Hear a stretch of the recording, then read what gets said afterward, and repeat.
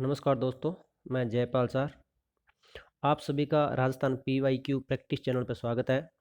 आज अपने राजस्थान कला संस्कृति के 21 क्वेश्चन करेंगे।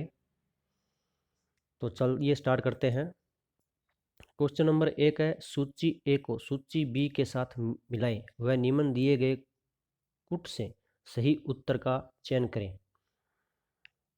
पहला ऑप्शन अपने पास है, फर्स्ट ऑप्शन है वो है खजुराहो। सेकंड ऑप्शन है हर्षद माता मंदिर। थर्ड ऑप्शन है जूना पत्थरसर मंदिर। फोर्थ ऑप्शन है पारानगर मंदिर और फिफ्थ ऑप्शन है श्रृंगार चंवरी। तो इसको अपने सूची 2 से मिलान करना है। सूची 2 में पहला ऑप्शन अपने पास है किराडू और सेकंड ऑप्शन है आबानेरी। थर्ड ऑप्शन है बाड़मेर। फोर्थ ऑप्शन है अलवर और फिफ्थ ऑप्शन है चित्तौड़। पहले अपने देखते हैं कि खजुराहो मंदिर कहाँ है। तो खजुराहो मंदिर अपना है किराडू। क्या है? किराडू। खजुराहो मंदिर है किराडू। अब ये है अपना 1 नंबर ऑप्शन। और सेकंड नंबर पर चलते हैं अपने।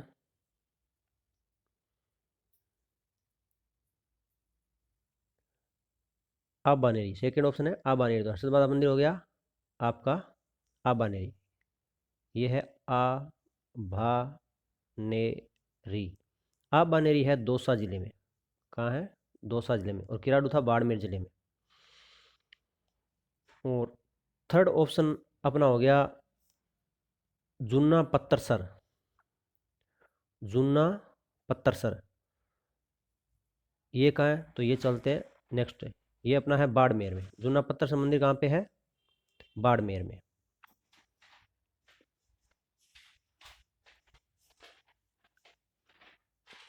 बाड़मेर।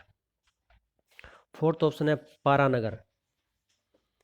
अब ये इंटरेस्ट वाली बात है। पारानगर ये एक प्राचीन नाम है। वर्तमान नाम इस जगह का है टेला। क्या है? टेला। और टेला है अलवर में। और सभी को विदित है कि टेला अलवर के अंदर नीलकंठ महादेव का मंदिर है। क्या है? नीलकंठ महादेव महादेव मंदिर है। उसी मंदिर को पारानगर मंदिर कहा जाता है क्योंकि प्राचीन नाम इसका पारानगर मंदिर था। यह आपका हो गया अलवर में। और फिफ्थ ऑप्शन है श्रृंगार चंवरी। ये आपके है चित्तौड़गढ़ दुर्ग में। कहाँ पे है? चित्तौड़गढ़। चित्तौड़गढ़ दुर्ग में। तो इस हिसाब से इनके ऑप्शन भी 1 2 3 4 5। तो इसका आंसर हो जाएगा आपका ए का 1 और बी का 2 और सी का 3 और डी का 4 और ई का 5। ये पहला ही आंसर आपका राइट हो जाएगा। अब थोड़ी संक्षिप्त में इनके बारे में बात कर लेते हैं। इनके बारे में ये खजुराहो मंदिर के बारे में कर लेते हैं पहले अपने। खजुराहो मंदिर है ये किराडू बाड़मेर में है। सभी को बता दिया मैंने। उस और किराडू बाड़मेर प्रॉपर नहीं है, ये है हाथमा गांव। कहाँ पे है? हाथमा गांव। हाथमा गांव। अगर किराडू ना पूछ के हाथमा गांव भी आए तो ये भी किराडू पास में। प्रॉपर मंदिर खजुराहो का यहीं पे है। यहाँ 5 मंदिरों की श्रृंखला थी जिनमें से और सब खंडर हो चुके हैं। 2 मंदिर वर्तमान में ठीक हालत में है। वो मंदिर है विष्णु मंदिर और शिव मंदिर। शिव मंदिर को ही सोमेश्वर या खजुराहो को मंदिर कहा जाता है। अब बाड़मेर के अन्य मंदिरों की बात कर लेते हैं। तो बाड़मेर में अन्य मंदिर हैं आपके वीरात्रा माता का। वीरात्रा माता। वीरात्रा माता है ये चौहटन बाड़मेर में है। और ये भोपा जनजाति की कुल देवी मानी जाती है। तो उसके बाद में मल्लीनाथ जी। ये मल्लीनाथ जी है तिलवाड़ा में। और तिलवाड़ा बाड़मेर में नागणेची। नागणेची माता का मंदिर है। ये नगाना गांव में, ये भी बाड़मेर में है। उसके बाद है नाकोड़ा भैरव। नाकोड़ा भैरव। नाकोड़ा भैरव है ये झांकरिया बोलते हैं उसको। और मेवा नगर भी कहा जाता है। तो वहाँ है बाड़मेर में मेवा नगर या झांकरिया बाड़मेर नाकोड़ा। नाकोड़ा जी ये जो है पार्श्वनाथ जी को ही नाकोड़ा भैरव के नाम से जाना जाता है। पार्श्वनाथ जी को जागती ज्योत एवं हाथ का हजूर कहा जाता है। क्या कहा जाता है? जागती जोत एवं हाथ का हजूर कहा जाता है। और हल्देश्वर महादेव मंदिर, ये भी बाड़मेर में। कहाँ पे? बाड़मेर। बाड़मेर का कस्बा है पीपलूद खूंट, वहाँ पे हल्देश्वर महादेव। यहाँ 56 की पहाड़ियाँ हैं, उसी 56 की पहाड़ियों में ही हल्देश्वर महादेव मंदिर है। और पिपलूद को राजस्थान का लघु माउंट आबू कहा जाता है। उसके आगे बाड़मेर के अन्य मंदिर है ब्रह्मा जी मंदिर। ब्रह्मा जी मंदिर है एक आपका पुष्कर में है जो प्रसिद्ध है। उसके बाद में दूसरा ब्रह्मा जी मंदिर आता है राजस्थान में, तो वो है बाड़मेर के असोत्रा कस्बे में। कहाँ पे है? आसोदरा कस्बे में। उसके बाद नेक्स्ट मंदिर है आलम जी का मंदिर, ये है धोरी मन्ना। आलम जी का मंदिर धोरी मन्ना।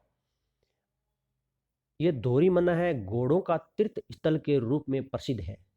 घोड़ों के तीर्थ स्थल के रूप में धोरी मन्ना प्रसिद्ध है। नेक्स्ट मंदिर है रणछोड़ राय जी मंदिर, ये खेड़ कस्बा है बाड़मेर का, वहाँ पे रणछोड़ राय जी का मंदिर है। उससे नेक्स्ट है गरीबनाथ जी मंदिर, ये शिव बाड़मेर में है। और लास्ट एंड फाइनल है रानी भटियाणी माता मंदिर, ये जसोल गांव में। ये थे बाड़मेर के अन्य मंदिर। अब आते हैं सेकंड ऑप्शन था हर्षद माता मंदिर। तो हर्षद माता मंदिर है ये आबानेरी। आबानेरी वैसे तो ये है आपके दौसा जिले में, लेकिन नज़दीक है इसके बांदीकुई। तो आबानेरी नया देखे बांदीकुई भी अगर ऑप्शन में आता है तो राइट होगा। आबानेरी ये बांदीकुई के नज़दीक में है और दौसा जिले में। यह मंदिर महामारू शैली में बना हुआ है। महामारू शैली में बना हुआ है। पुरातत्व विभाग के अनुसार हर्षद माता के मंदिर का निर्माण निकुंभ वंश के राजाओं ने करवाया था। निकुंभ वंश के राजा थे, उन्होंने करवाया था, और कोई इसके साक्ष्य नहीं है। पुरातत्व विभाग के अनुसार करवाया था। कब? 8वीं से 9वीं शताब्दी, 8वीं से 9वीं शताब्दी में करवाया था। अब आने बांदीकुई के पास हर्षद माता का मंदिर है, महामारू शैली में है, निकुंभ वंश के राजाओं ने इसका निर्माण करवाया था, 8वीं और 9वीं शताब्दी में करवाया था। और वैसे पूछे कि नेशनल हाईवे 21 पर पड़ता है, जो जयपुर से आगरा जाता है उस पर पड़ता है ये।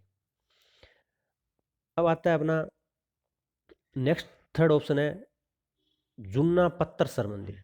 कौन सा? जुन्ना पत्थरसर मंदिर। ये बाड़मेर में है, बाड़मेर में है और जैन समुदाय का प्रमुख मंदिर है। किस समुदाय का है? जैन समुदाय का। नेक्स्ट ऑप्शन है अपने पारानगर मंदिर। पारानगर मंदिर है अलवर में। वही मैंने बताया कि टेला कस्बा जिसका प्राचीन नाम पारानगर था और उस मंदिर को पारानगर मंदिर कहते थे, और वर्तमान उसको कहते हैं नीलकंठ महादेव मंदिर। नीलकंठ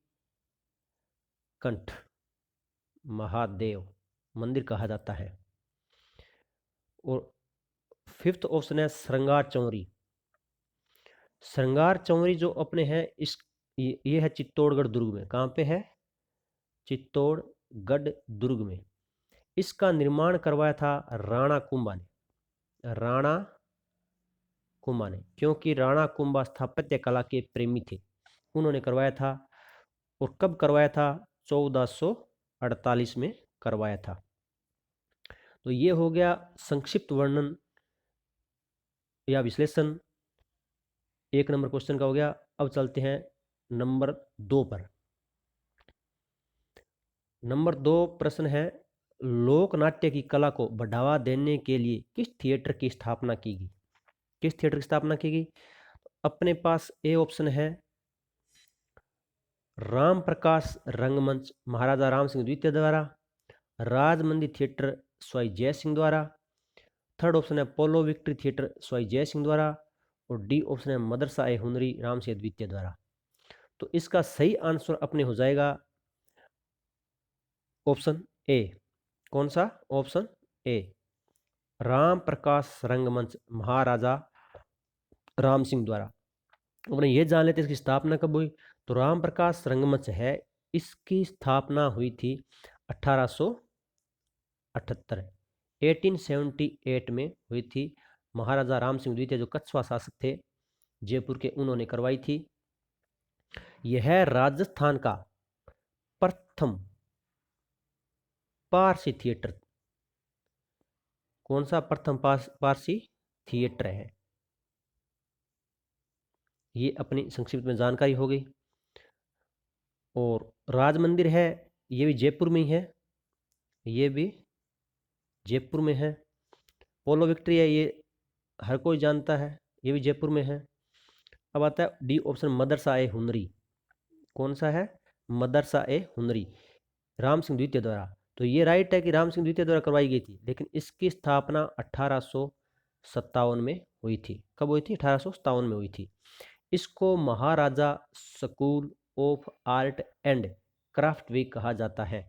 मदरसा हुनरी को क्या कहा जाता है? एक बार फिर से आराम से सुन लीजिए, Maharaja school of art and craft भी कहा जाता है, जिसकी स्थापना राम सिंह द्वितीय द्वारा की गई थी। 2 नंबर क्वेश्चन अपना कंप्लीट हो चुका है। अब चलते हैं 3rd नंबर पर। निम्नलिखित को मिलाएं। ए ऑप्शन है राजस्थान कला विद्यालय, बी ऑप्शन है राजस्थान ललित कला अकादमी, सी ऑप्शन है जवाहर कला केंद्र, डी ऑप्शन है रविंद्र रंगमंच। और सामने इसके स्थापना के वर्ष दे रखे हैं, वो अपने को मिलाने हैं। तो स्थापना के वर्ष मैं एक बार यहाँ बराबर में लिख लेता हूँ समझाने के लिए। चलो दिख रहे हैं अपने, वैसे ही लिख लेते हैं। तो राजस्थान कला विद्यालय की स्थापना कब हुई? पहले तो ये देखना है, राजस्थान कला विद्यालय की स्थापना होती है 1888 में। 1888 में। राजस्थान ललित कला अकादमी, इसकी स्थापना होती है 1957 में। जवाहर कला केंद्र, इसकी स्थापना होती है 1993 में। रविंद्र रंगमंच की स्थापना होती है 1963 में। फिर से सुन लीजिए, राजस्थान कला विद्यालय की स्थापना होती है 1888 अर्थात 1888 में। राजस्थान ललित कला अकादमी स्थापना होती है 1957 में। जवाहर कला केंद्र की स्थापना होती है 1993 में। रविंद्र रंगमंच की स्थापना होती है 1963 में। इस प्रकार से अपना 4th नंबर का हो जाएगा ऑप्शन नंबर 1। और जवाहर कला केंद्र का दिखाई दे रहा है क्या? 1993 में। हाँ, जवाहर कला केंद्र हो गया 3 नंबर का 3 नंबर, और ललित कला अकादमी का 2 नंबर बच गया, तो वो अपना हो जाएगा 4th। इस हिसाब से अपना होना चाहिए ऑप्शन के हिसाब से 4th 2 3 1, 4th 2 3 1। अब इसको ऊपर करना पड़ेगा, मेरे को काटना पड़ेगा 3 1। ये रहा 4th 1 4th और 2 3 1 राइट है। ये 4th 1 2 ए नंबर इसका ऑप्शन राइट हो जाएगा। अब चलते हैं नेक्स्ट क्वेश्चन की तरफ। नेक्स्ट क्वेश्चन है इसका, बच्छावतों, रामपुरिया, गुलेच्छा, सेठिया की हवेलियां राजस्थान में कहाँ स्थित है? ऑप्शन है A number Jaisalmer, B number Sikar, C number Jodhpur, और डी है बीकानेर। ये अपना इसका सही आंसर हो जाएगा। तो ये हवेलियां हैं आपकी बीकानेर में। कहाँ है? बीकानेर में, बीकानेर। बीकानेर इसका सही ऑप्शन हो गया। अब अपने को ये देखना है कि बीकानेर में अन्य हवेलियां भी तो और हैं, वो देखनी है अपने को। तो बीकानेर की अन्य हवेलियां बच्छावतों की आ गई, रामपुरिया आ गई, गुलेच्छा आ गई, सेठिया आ गई। अब आगे आ जाइए, इसके अलावा अन्य है मेहता, मेहता की हवेली, डागा हवेली, ये अन्य 2 और हवेलियां इसमें जुड़ गई। ये है बीकानेर की हवेलियां। अब ऑप्शन और भी अपने पास, जैसे जैसलमेर है, तो जैसलमेर की हवेलियां देख लेते पहले। जैसलमेर की हवेली है नथमल की हवेली, नथमल की हवेली के अलावा हो गई पट्टुओं की हवेली, पट्टुओं की हवेली के अलावा होगी सालिम सिंह की हवेली, सालिम सिंह। की हवेली होगी, की हवेली। तो ये आपकी मुख्य मुख्य हवेलियाँ बता रहा हूँ, वैसे तो हवेलियाँ काफ़ी है, मुख्य मुख्य हवेलियाँ होगी। नथमल की हवेली, पटवों की हवेली, सालिम सिंह हवेली, ये है जैसलमेर की। अब आता है सीकर, क्योंकि शेखावाटी हवेलियों का घर कहा जाता है, शेखावाटी काफ़ी हवेलियाँ वहाँ पे। तो सीकर में एक पंसारी की हवेली, पंसारी हवेली, पंसारी की हवेली श्री माधोपुर में है। फिर आती है पोदारों की हवेली, पोदारों की हवेली ये रामगढ़ में है। बैजनाथ रुइया की हवेली ये भी रामगढ़ में है। गोयनका, गोयनका सेठों की हवेली ये भी रामगढ़ में है। रानेड़ी वालों की हवेली, रानेड़ी वालों की हवेली ये भी रामगढ़ में है। खेमका हवेली ये भी रामगढ़ में। इसके अलावा सीकर का लक्ष्मणगढ़ कस्बा है, वहाँ पे एक हवेली है केड़िया की हवेली, केड़िया की हवेली ये है लक्ष्मणगढ़, ये सीकर का लक्ष्मणगढ़ है, वहाँ पे है। अब चलते हैं आगे, जोधपुर में कौन कौन सी हवेली है। तो जोधपुर में जो हवेली है उनका नाम लिख देता हूँ। पुष्य हवेली, पुष्य हवेली, 25 हवेली, बड़े मियाँ हवेली,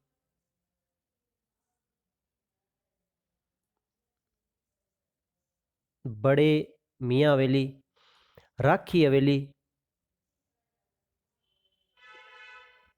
पाल हवेली, पोकरण हवेली जो काफी बार पूछता है, पोकरण हवेली जैसलमेर में है, याद रखना। और लालचंद डड्डा, लालचंद डड्डा, पुष्य हवेली, 25 हवेली, बड़े मियाँ की हवेली, राखी हवेली, पाल हवेली, पोकरण हवेली, लालचंद डड्डा की हवेली। ऊपर की सारी है जोधपुर में, लेकिन जो लालचंद डड्डा है ये आपके है फलोदी में। कहाँ पे है? फलोदी में। जोधपुर आता है, जोधपुर करना है। अगर जोधपुर ना के फलोदी दे दे तो ये फलोदी के अंदर है लालचंद डड्डा। अब चलते हैं नेक्स्ट 5 नंबर पे, बीकानेर बता दी मैंने पहले ही। 5 नंबर क्वेश्चन है आपका, राजस्थान के पंडित रवि शिव कुमार शर्मा का संबंध किस वाद्य यंत्र से है? शिव कुमार शर्मा का संबंध किस वाद्य यंत्र से है? तो ये पहला ऑप्शन है अपने पास सारंगी, सेकंड ऑप्शन है शहनाई, थर्ड ऑप्शन है संतूर और फोर्थ ऑप्शन है सरोद। तो शिव कुमार शर्मा का संबंध है संतूर से। किससे है? संतूर से संबंध है। अब आते हैं कि अन्य ऑप्शन भी है, तो इनकी थोड़ी थोड़ी संक्षिप्त में बात कर लेते हैं। सारंगी, सारंगी एक क्या है? तत्वाद्य यंत्र है। क्या है? तत्व बोले तो, तत्व बोले तो कि तारों वाला, तार ध्वनि निकालता है, तत्वाद्य यंत्र है, तत्वाद्य यंत्र है। इसमें कुल कितने तार होते हैं? 27 तार होते हैं। इनका वादन गज से किया जाता है। जो घोड़े की पूंछ के बाल, घोड़े की पूंछ के बाल से बनता है, घोड़े की पूंछ के बाल से निर्मित होता है। और उसी गज से ये क्या गज बनता है, और उसी गज से इस तत्वाद्य अनुसार इनको बजाया जाता है। इसमें 27 तार होते हैं। अब बात यह आती है कि राजस्थान में सारंगी का किस क्षेत्र में प्रचलन है? तो ये आपका जैसलमेर और बाड़मेर, जहां पे लंगा जाति है। कौन सी जाति है? लंगा जाति है, वह जाति इनका ज्यादा प्रयोग करती है। अब चलते हैं नेक्स्ट में। अपना संतूर हो गया, सारंगी होगी, अब है शहनाई। शहनाई है, शहनाई के प्रसिद्ध वादक कौन है? प्रसिद्ध वादक है बिस्मिल्लाह खान।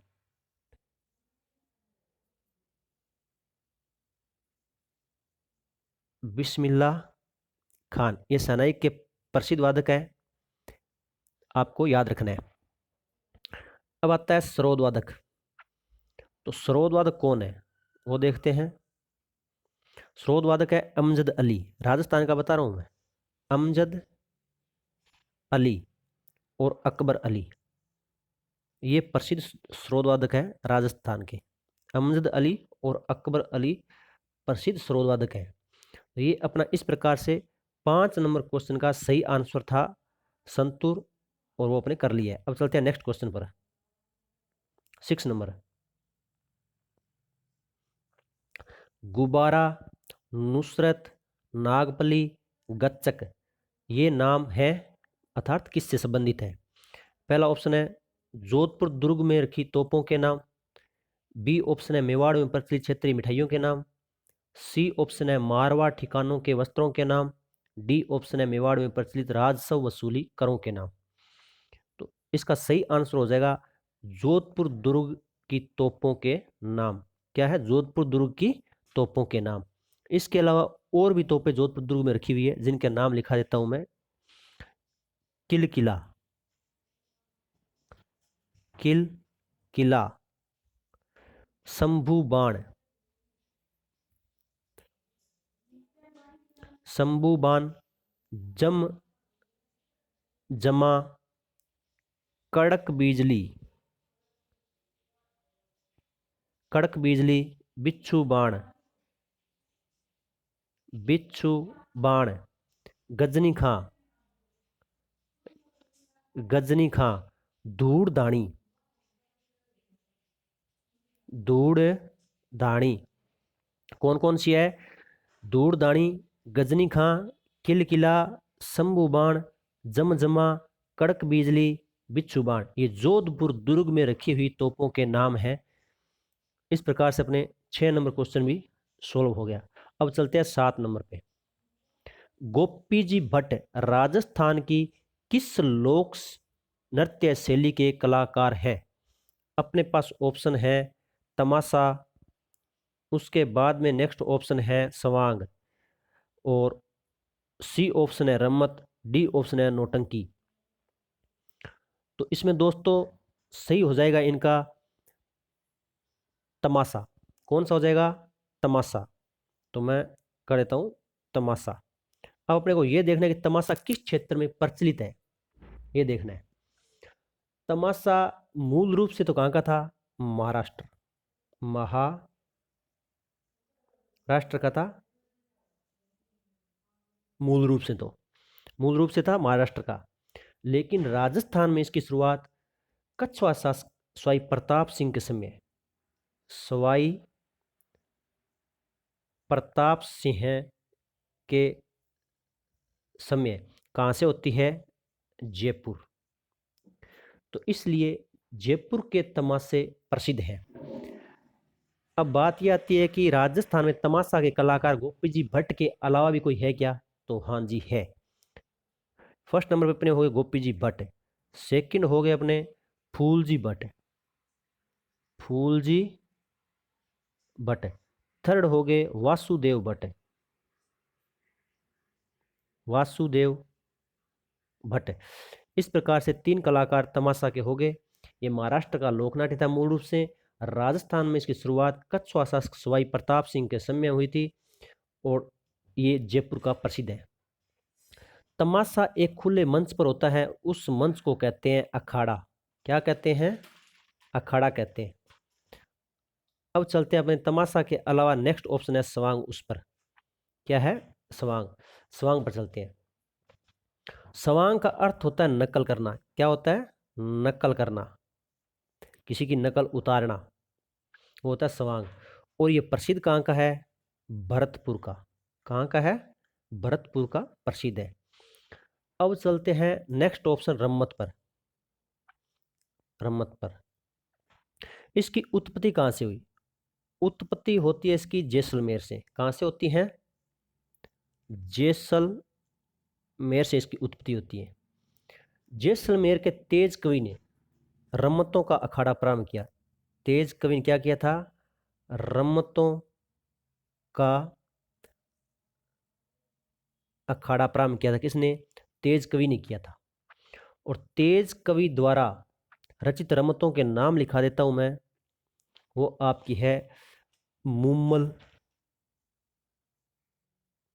इसके अलावा है जोगी, भरतरी,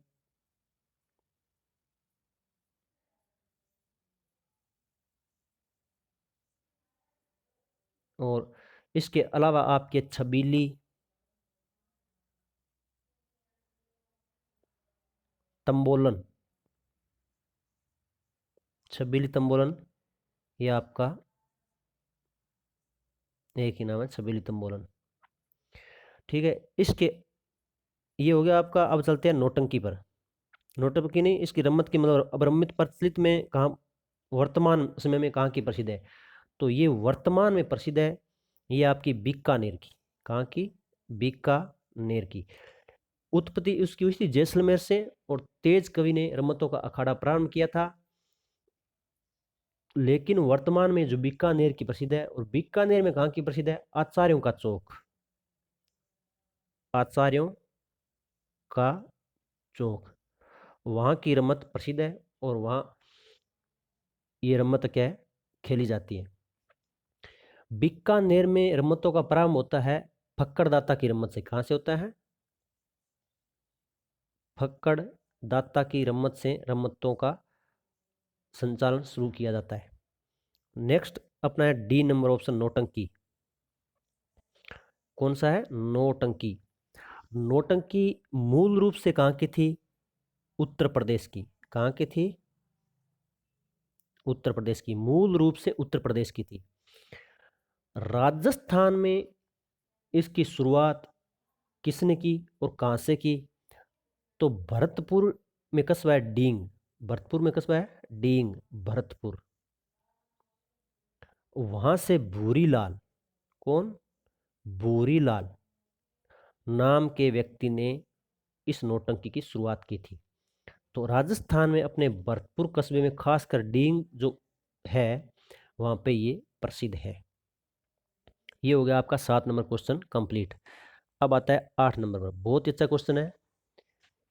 क्वेश्चन है क्या, वो देखो आप। बिलों में छेड़ा फाड़ना, क्या? छेड़ा फाड़ना क्या है, मतलब कौन सी प्रथा है ये? ऑप्शन है ए विवाह, बी तलाक, सी नाता, डी जिमान। तो छेड़ा फाड़ना का आंसर है सही सही तलाक। छेड़ा फाड़ना प्रथा है तलाक। है क्या? जब कोई स्त्री किसी पति से तलाक लेती है तो उसको छेड़ा फाड़ना कहा जाता है। लेकिन इसमें इंटरेस्ट वाली बात यह है कि छेड़ा फाड़ना ही, फाड़ने पर तलाक हो गया या इसका कुछ और भी है? तो इसके लिए जो पूर्व पति होता है उसको हर्जाने के रूप में जो उस बिलनी का जो वर्तमान जो पति बनता है वो कुछ राशि देता है, वधु मूल्य देता है, अर्थात पैसा देता है। उसको क्या कहते हैं? तो उसको कहते हैं दापा। क्या कहते हैं? दापा। ये इंपॉर्टेंट है। क्या ये इंपॉर्टेंट है? क्योंकि जो पूर्व पति होता है उसको हर्जाने के रूप में वर्तमान पति कुछ राशि देता है, तो उसको दापा बोलते हैं। ये छेड़ा फाड़ना तलाक की प्रथा है, उससे संबंधित ये दापा है। अब बिलों में कुछ अन्य प्रथाएं हैं, वो मैं आपको बता देता हूँ। मुख्य मुख्य एक होता है हाथी वेडो। क्या होता है? हाथी वेडो। इसमें होता है कि ये एक विवाह की प्रथा है जिसमें वर तथा वधु पीपल या बांस के वृक्ष को साक्षी मानकर फेरे लेते हैं। क्या लेते हैं? साक्षी मानकर फेरे लेते हैं। इसको बोलते हैं हाथी वेडो। क्योंकि भील लड़का और लड़की दोनों पीपल या बांस के वृक्ष को साक्षी मानकर विवाह कर लेते हैं, तो उसको हाथी वेडो कहते हैं। इसके अलावा है मोताणा। क्या? मोताणा। मोताणा शब्द है, ये बिलों से संबंधित है। वो बिलों की प्रथा है। ये क्या प्रथा है? कि बिलों में मृत्यु के बाद एक हर्जाना राशि वसूली की जाती है। ठीक है, तो उस प्रथा को क्या कहते हैं? मोताणा कहते हैं। और उस मोताणा में जो राशि वसूल करते हैं उस राशि को क्या कहते हैं? वो कहते हैं बडोतरा। वे डो तेरा। मोताना प्रथा है राशि वसूलने वाली, लेकिन जो राशि वसूली जाती है उस राशि को कहते हैं वडोतरा। ये है बिलों की। एक मुख्य और इम्पोर्टेंट बात है कि बिलों से संबंधित एक है गोल्लड़ शब्द। क्या है? गोल्लड़ शब्द है, किसी ने सुना ही होगा। अगर भीलनी स्त्री को पहले पति को तलाक देकर अपने बच्चों सहित दूसरे भील युग से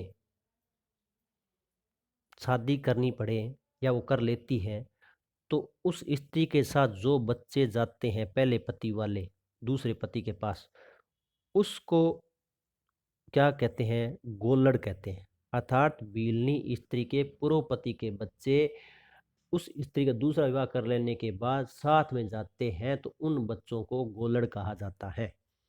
ठीक है, ये थी इंपॉर्टेंट बातें। अब चलते हैं 9 नंबर क्वेश्चन पर। 9 नंबर क्वेश्चन अपना, पर्यटकों को आकर्षित करने के लिए हाथी गांव कहाँ स्थापित किया गया है? तो इसमें समझाने वाली कोई बात नहीं है। ये है कुंडा गांव कुकस। कौन सा कुंडा गांव कुकस? ये पड़ता है आपका आमेर के आसपास। ये जयपुर, आमेर जयपुर, मुख्य रूप से जयपुर, आमेर, कुकस, ये 3-4 शब्द पास पास के। अब चलते हैं 10th नंबर क्वेश्चन की तरफ। राजस्थान में प्रचलित सांगड़ी प्रथा क्या है? राजस्थान में प्रचलित सांगड़ी प्रथा क्या है? ए ऑप्शन है बंधुआ मजदूरी प्रणाली, बी ऑप्शन है शादी की परंपरा, सी ऑप्शन है राजस्व संग्रह का प्रकार, और डी ऑप्शन है एक विशेष प्रकार का कर। तो इसका सही आंसर हो जाएगा बंधुआ मजदूरी प्रणाली। इस शब्द से ही पता चल रहा है कि बंधुआ मतलब बंधक बनाना, कोई प्रेशर दे के, ठीक है, तो उसको ही बंधुआ मजदूर प्रणाली बोला जाता है। कि क्या थी इसमें? सेठ और साहूकार लोग, सेठ साहूकार और बड़े व्यापारी वर्ग के लोग थे, वो पहले लोगों को क्या करते थे? जाट जमींदारों को कर्ज के रूप में पैसे देते थे, और वो पैसा जब वो नहीं चुका पाते ब्याज सहित, तो उनको अपने यहाँ नौकर के रूप में काम करने के लिए रख लेते थे। उसी को ही सांगड़ी प्रथा या बंधुआ मजदूर प्रणाली कहा जाता है, नहीं चुका पाने के कारण। अब चलते हैं नेक्स्ट क्वेश्चन की तरफ। 11 नंबर क्वेश्चन है, चंदू जी का गड्ढा और बोडी गामा स्थान, चंदू जी का गड्ढा और बोडी गामा स्थान किस लिए प्रसिद्ध है? पहला ऑप्शन है जाजम प्रिंटिंग के लिए, ताम चीनी के लिए, तीर बनाने के लिए, कुंदन कला के लिए। 4 ऑप्शन थे अपने, चारों को अच्छी तरह से अपने पढ़ लिया। इसका आंसर है कि तीर बनाने के लिए या तीर कमान बनाने के लिए। लेकिन ये दोनों गांव एक स्थान पर नहीं है, अलग अलग डिस्ट्रिक्ट में है। तो अपने को ये पता होना चाहिए चंदू जी का गड्ढा कहाँ है और बोडी गामा स्थान कहाँ है। अभी ध्यान जान लेते हैं कहाँ पे है। जो चंदू जी का गड्ढा है ये है आपका बांसवाड़ा में। कहाँ पे है? बांसवाड़ा में, ठीक है। और जो बोडी गामा है ये है डूंगरपुर में। यहाँ तीर कमान बनाने का काम किया जाता है, इसलिए ये प्रसिद्ध है। अब अन्य ऑप्शन की भी बात कर लेते हैं अपने। अन्य ऑप्शन है जाजम प्रिंट के लिए, मतलब जाजम प्रिंट राजस्थान में कहाँ प्रसिद्ध है? तो ये है अकोला, अकोला, और ये पड़ता है चित्तौड़ में। कहाँ पड़ता है? चित्तौड़ में। अकोला चित्तौड़ की जाजम प्रिंट प्रसिद्ध है। अकोला चित्तौड़ की, यहाँ के जो छिंपे हैं वो ये काम करते हैं। बी ऑप्शन है अपना ताम चीनी। ये एक क्या होता है? इनेमल आभूषण होता है। क्या होता है? इनेमल आभूषण। इनेमल का मतलब होता है कि कोई चीज की परत चढ़ाना। क्या होता है? परत चढ़ाना।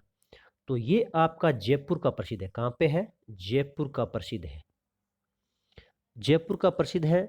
लेकिन थोड़ा सा बता देता हूं कि उच्च तापमान के तहत कांच को सोने या चांदी के साथ मिलाकर एक आभूषण बनाया जाता है, उसको ही तामचीनी कहा जाता है। उसके ऊपर थोड़ी थोड़ी परत भी लगा दी जाती है। सी अपने पढ़ लिया तीर कमान का चंदूजी गढ़ और बोडीगामा। और डी ऑप्शन है कुंदन कला। तो कुंदन कला कहाँ की प्रसिद्ध है? तो ये है जयपुर की प्रसिद्ध। कहाँ की है? जयपुर की प्रसिद्ध। इसमें होता क्या है? आभूषणों में नग जड़ने की, क्या होता है? आभूषणों में नग जड़ने की कला क्या कहलाती है? कुंदन कला कहलाती है। इस प्रकार से अपने 10 क्वेश्चन कंप्लीट हो गए। अब चलते हैं 11 नंबर क्वेश्चन पर। कौन सा एक प्रकार का पहाड़ी किला नहीं है? मेहरानगढ़ किला सब जानते हैं कि पहाड़ी दुर्ग है। तारागढ़ किला ये जोधपुर में मेहरानगढ़ किला। और बी ऑप्शन है भैंसोड़गढ़। भैंसोड़गढ़ है ये आपका पड़ता है चित्तौड़गढ़ डिस्ट्रिक्ट में। ठीक है, ये आपका जल दुर्ग है। आंसर भी यही होगा, लेकिन अपने चारों का बता देता हूँ। तारागढ़ किला अजमेर में भी है, तारागढ़ किला बूंदी में भी है। दो है, बूंदी और अजमेर, दोनों ही पहाड़ी किले हैं। और डी है जालोर किला, ये भी एक पहाड़ी पर बना हुआ है। अब चलते हैं नेक्स्ट क्वेश्चन की तरफ। 12 नंबर क्वेश्चन है, निम्नलिखित में से कौन सा जैन त्योहार नहीं है? अब देखना है 10 लक्षणों पर्व। ए ऑप्शन है अपना। बी ऑप्शन है महावीर जयंती। सी ऑप्शन है सुगंध दशमी पर्व। और डी ऑप्शन है बड़ी सातम। बड़ी सातम को थदड़ी भी कहते हैं। क्या कहते हैं? बड़ी सातम को थदड़ी, थदड़ी कहते हैं। थदड़ी पर्व बोल दो, थदड़ी पर्व। ठीक है, तो अब ये ऊपर वाले तीनों हैं जैन धर्म से संबंधित है। किससे हैं? जैन धर्म से संबंधित है। और ये है सिंधी समाज से संबंधित। किससे हैं? सिंधी समाज से संबंधित है ये। और जैन धर्म के अन्य पर्व कुछ हैं, उनकी बात कर लेते हैं। 10 लक्षण पर्व तो हो गया आपका, महावीर जयंती भी हो गई और सुगंध दशमी भी हो गई। इसके अलावा आता है पर्युषण। क्या आता है? पर्युषण आता है। पर्युषण ये भी जैन धर्म का है। क्षमा वाणी, क्षमा वाणी, इस दिन ये क्या करते हैं कि अपना झूठ पाप जो भी किया उसके लिए क्षमा मानते हैं दूसरे से। एक होता है अष्टाहिका। अष्टाहिंका ये भी जैन धर्म का है। इस प्रकार जैन धर्म कितने हो गए? 10 लक्षण पर्व, महावीर जयंती, सुगंध दशमी, पर्युषण पर्व, क्षमा वाणी, अष्टाहिंका, ये है जैन धर्म के। और बड़ी सातम है वो आपकी है सिंधी समाज की, इसको थदड़ी भी कहते हैं। और बड़ी सातम भाद्रपद कृष्ण पक्ष में आती है। भाद्रपद कृष्ण पक्ष, कृष्ण पक्ष में आती है भाद्रपद में। सिंधी समाज के अन्य त्योहार कौन से वो देख लेते हैं। वो है चालीहा महोत्सव। चालीहा महोत्सव, चेट्टी चंड, चेट्टी चंड जिसको बोलते हैं झूलेलाल जयंती, झूलेलाल जयंती। और असुचंड पर्व, असुचंड पर्व, ये है सिंधी समाज के। क्या है? सिंधी समाज के। इसमें एक बात याद रखना है, जो बड़ी सातम है ना थदड़ी, इस दिन पूरे दिन सिंधी समाज के लोग गर्म भोजन बनाकर खाते हैं, ठंडा भोजन नहीं खाते। नेक्स्ट क्वेश्चन की तरफ चलते हैं। अपना 13 नंबर क्वेश्चन है, गेंटोर स्थित कछवा शासकों की छत्रियां किस किले की तलहटी में मिलती है? किस किले की तलहटी मिलती है? तो ऑप्शन अपने पास है आमेर, बी ऑप्शन है नाहरगढ़, सी ऑप्शन है जयगढ़ और डी ऑप्शन है विजयगढ़। चार दिए गए हैं, उनमें से सही आंसर अपना हो जाएगा नाहरगढ़। नाहरगढ़ किले की तलहटी में गेंटोर की छत्रियां स्थित है। ठीक है, अब इनमें स्वाई जय सिंह द्वितीय से लेकर के माधो सिंह द्वितीय तक की छत्रियां हैं। सवाई जय सिंह, जय सिंह सेकंड से लेकर के माधो सिंह द्वितीय, माधो सेकंड तक की छतरियां यहाँ पे बनी हुई है। ये है गेटोर की छतरियां। अब गेटोर की छतरियां कछुआ शासकों की छतरियों का जो स्थान है उसको बोला जाता है। तो अन्य जो राजस्थान के राज्यों से उनकी कुछ छतरियां हैं, उनका विशेष नाम है, वो भी मैं आपको बता देता हूँ। अब जैसे बड़ा बाग की छतरी, कौन सी? बड़ा बाग की छतरियां। बड़ा बाग की छतरियां कहाँ पे है? ये आपके बाटी शासकों की। किसकी है? बाटी शासकों की। तो बाटी शासक कहाँ थे? जैसलमेर। जैसलमेर के बाटी शासकों की छतरियां वो क्या कहलाती है? बड़ा बाग की छतरियां कहलाती है। ठीक है। अब नेक्स्ट आती है क्षार बाग की छतरियां। कौन सी? क्षार बाग की छतरियां। अब क्षार बाग की छतरियां हैं, ये आपकी हाड़ा शासकों की है। किनकी? हाड़ा शासकों की। अब हाड़ा सब जानते हो, कोटा, बूंदी, बारां, झालावाड़। कौन सा? कोटा, बूंदी, बारां, झालावाड़ में है। तो ये है आपकी कोटा में। ठीक है। तो ये क्षार बाग की छतरियां। उसके बाद में आते हैं देवी कुंड की छतरियां। देवी कुंड की छतरियां। देवी कुंड की छतरियां ये कहां पे है? तो ये आपके रिडमल सर बीकानेर। रिडमल सर बीकानेर। बीकानेर तो कौन से शासकों से है? ये है बीका जी के जो राजवंश थे। बीका जी के जो राठौड़ राजवंश था, राव बीका, उनके राजवंशों की है या छत्रियां हैं। तो इस प्रकार से अपने जो छत्रियों के मुख्य मुख्य नाम थे वो पढ़े हैं। नेक्स्ट चलते हैं क्वेश्चन नंबर 14। नारायणी माता का मेला है ये। नारायणी माता का मेला किस तिथि को आयोजित किया जाता है? अलवर इसमें दिया गया कि निश्चित है अलवर में है। किस तिथि को आयोजित किया जाता है? ए ऑप्शन है चैत्र शुक्ला त्रयोदशी, कार्तिक शुक्ल पक्ष चतुर्थी, आश्विन शुक्ल चौदस, और डी ऑप्शन है बैसाख शुक्ला एकादशी। चार ऑप्शन अपने को दे रखे हैं, इसका सही आंसर हो जाएगा बैसाख शुक्ला एकादशी को नारायणी माता का मेला अलवर में बढ़ता है। और प्रॉपर स्थान पूछे तो इसका प्रॉपर स्थान है राजगढ़। कहाँ है? राजगढ़ अलवर। बैसाख शुक्ला एकादशी को बढ़ता है। नारायणी माता अपने पति के साथ सती हुई थी। ठीक है, उस समय से उसको माता के रूप में पूजा जाता है। यह नाई समाज की कुल देवी है। किसकी है? नाई समाज की कुल देवी है। नाई समाज की कुल देवी है। अब वर्तमान समय में इसकी पूजा को लेकर के मीणा समाज और नाई समाज में विवाद चल रहा है, जो कोर्ट में पेंडिंग है। अब चलते हैं नेक्स्ट 15 नंबर क्वेश्चन पर।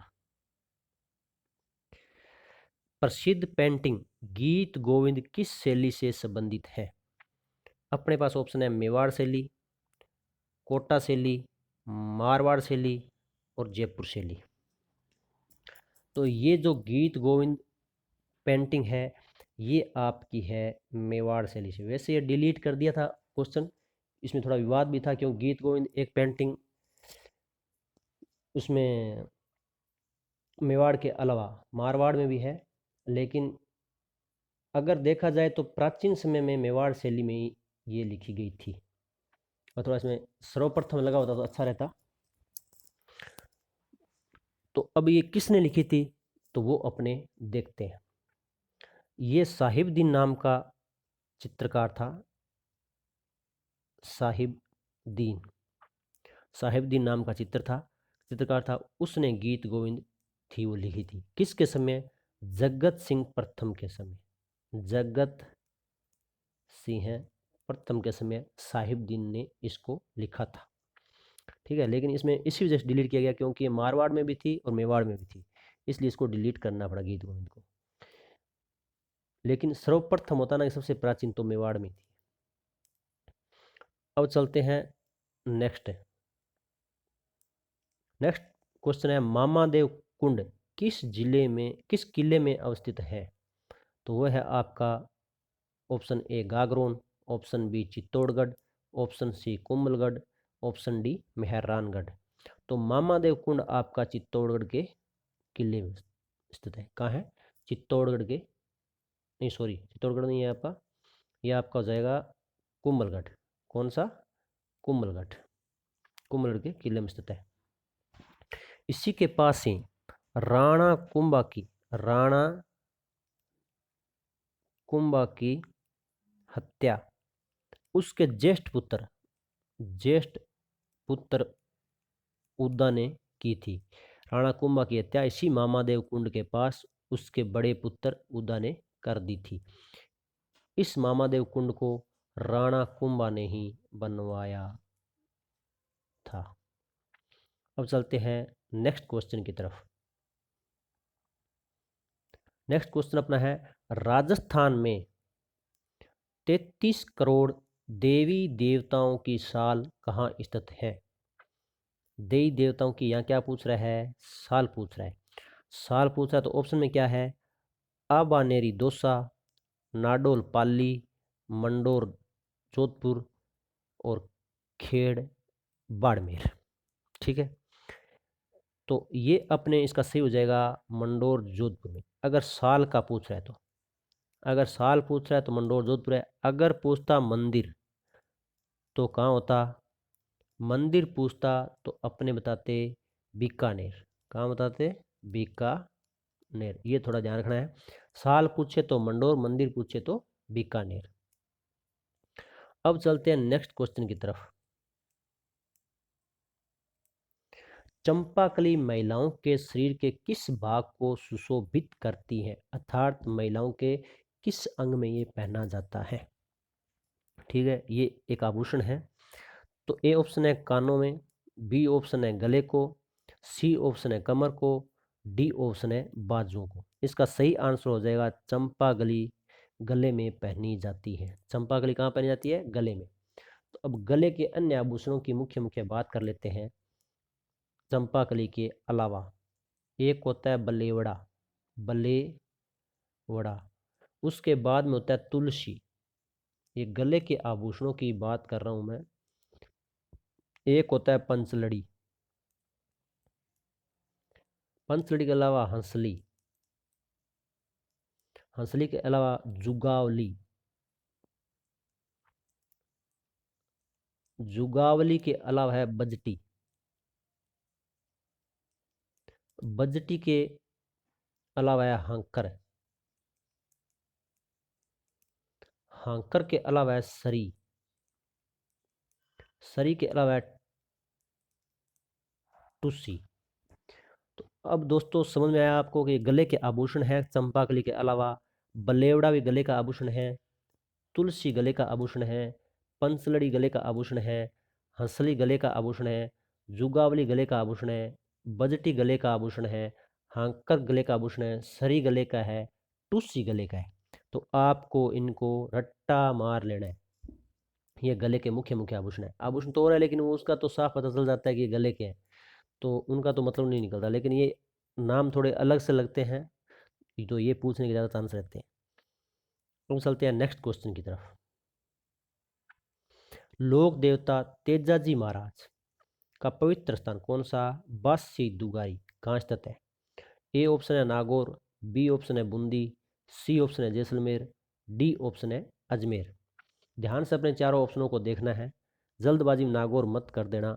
तेजाजी का जन्म स्थान नागौर में जरूर है, लेकिन ये बासी दुगारी है, ये आपका पड़ता है बूंदी में। कहाँ पड़ता है? बूंदी में। इसके अलावा तेजा जी के पूजा स्थल जहाँ बने हुए हैं वो मुख्य मुख्य नाम मैं आपको यहाँ पे और बता देता हूँ। दोस्तों लिखवाता हूँ मैं आपको नाम। तो ये है बासी दुगारी का भावता, भावेता। ये कहाँ पड़ता है? अजमेर। भावता कहाँ पड़ता है? अजमेर। उसके बाद में सुरसरा, सुरसरा सरा, ये मूल रूप से है किशनगढ़, और किशनगढ़ कहाँ पे है? अजमेर में। उसके बाद में पर्वतसर नागौर, पर्वतसर नागौर सभी जानते हैं। उसके अलावा है सेंद्रिया, सेंद्रिया, सेंद्रिया है ब्यावर, और ब्यावर कहाँ पे है? अजमेर। ये इनके मुख्य मुख्य स्थान है कौन कौन से? भांवता अजमेर, सुरसरा किशनगढ़, परबसर नागौर, सेंद्रिया ब्यावर।